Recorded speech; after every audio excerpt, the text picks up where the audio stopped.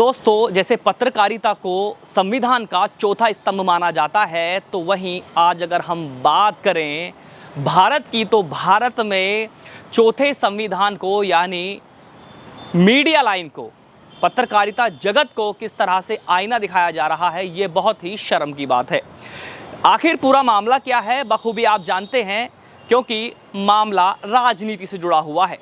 मामला इस प्रकार है कि जैसे जैसे चुनाव शुरू हो जाते हैं, वैसे वैसे राजनीति भी तूल पकड़नी शुरू हो जाती है और इसको बढ़ावा देने का जो काम है वो मीडिया करती है।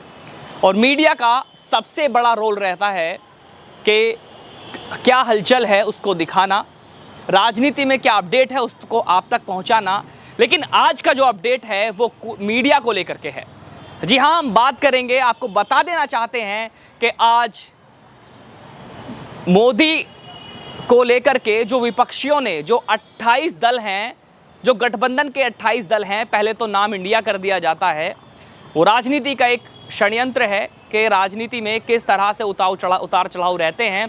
इसी के साथ आज का जो अपडेट है, जिसमें 14 पत्रकारों की लिस्ट बना करके उनका बहिष्कार किया गया है और कहा गया है कि ये एक फैसला किया गया है, ये फैसला लिया गया है 14 उन पार्टियों से जो मोदी यानी बीजेपी की विपक्ष पार्टी है, जो सत्ता दल है या सत्ताधारी पार्टी है, उसकी जो विपक्ष पार्टियां हैं वो एक पूरा दल है, लगभग 28 पार्टियों का एक दल, जो एक निर्णय लेता है कि लगभग 24 पत्रकारों की एक लिस्ट बना करके तैयार कर दी जाती है, जिसमें कि किसी तरह की कोई भी अपडेट होगा उसमें किसी भी पार्टी का नेता या फिर प्रवक्ता बहस करने के लिए नहीं पहुंचेगा और डिबेट का जो प्लेटफॉर्म है उस पर भी नहीं पहुंचेगा।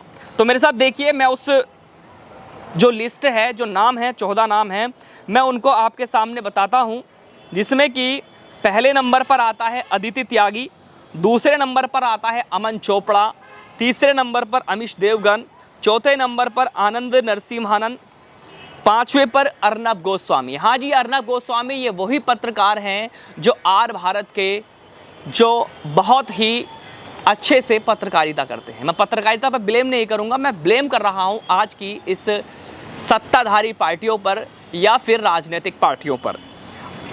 इसके बाद है अशोक श्रीवास्तव, चित्रा त्रिपाठी जी, गौरव सावंत, नविका कुमार, प्राची प्राशर और इसी के साथ रूबिका लियाकत और साथ में शिव अरोड़ और सुधीर चौधरी और साथ में सुशांत सिन्हा। ये 14 पत्रकारों की लिस्ट बना करके सोशल मीडिया के माध्यम से और ट्विटर के माध्यम से ट्वीट की जाती हैं कि मोदी की जो चाल है उसको कमज़ोर करने के लिए, उसे ख़त्म करने के लिए विपक्ष दल ने किस तरह से ये गेम शुरू किया है, ये गेम खेला है कि खुद का, जैसे बात की जाए राघव चड्ढा की, उनका खुद का कहना है कि 14 पत्रकारों की लिस्ट बना करके ये कहा गया है कि इनका किसी भी तरह का कोई भी प्रोग्राम होगा या फिर कोई भी डिबेट होगी तो इंडिया यानी विपक्ष दल 28 दलों का जो दल है उसमें से कोई भी प्रवक्ता, किसी भी पार्टी का प्रवक्ता इनकी डिबेट में नहीं पहुंचेगा। और जब डिबेट में नहीं पहुंचेगा तो डिबेट तो फीकी रह जाएगी।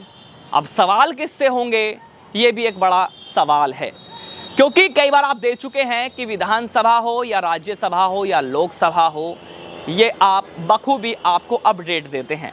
और ज़्यादातर अगर आप देखेंगे तो बहस होनी चाहिए, डिबेट होनी चाहिए तो भ्रष्टाचार के ऊपर होनी चाहिए, शिक्षा के ऊपर होनी चाहिए, स्वास्थ्य के ऊपर होनी चाहिए, गरीबी के ऊपर होनी चाहिए। तो यहाँ पर जो डिबेट होती हैं वो किस पर होती हैं? मंदिर मस्जिद पर होती हैं, हिंदू मुस्लिम पर होती हैं और जनरल और ओबीसी या फिर SC ST पर होती हैं। ये भी एक बड़ा सवाल है। जब डिबेट नहीं होंगी तो कहीं ना कहीं इसका फ़ायदा इंडिया उठाएगा, यानी विपक्ष दल उठाएगा। तो अब 2024 के चुनावों को लेकर के मोदी सरकार भी कहीं ना कहीं अपने आप को कमज़ोर महसूस करती नज़र आ रही है। तो देखिए आज का ये अपडेट हम आपको स्क्रीन पर दिखाएंगे कि किस तरह से 14 नामों की लिस्ट आपके सामने पेश की गई है। चलिए बने रहिए, ऐसे ही अपडेट देते रहेंगे हम। मैं चौधरी अफसर हमारे सहयोग के साथ एशियन न्यूज़।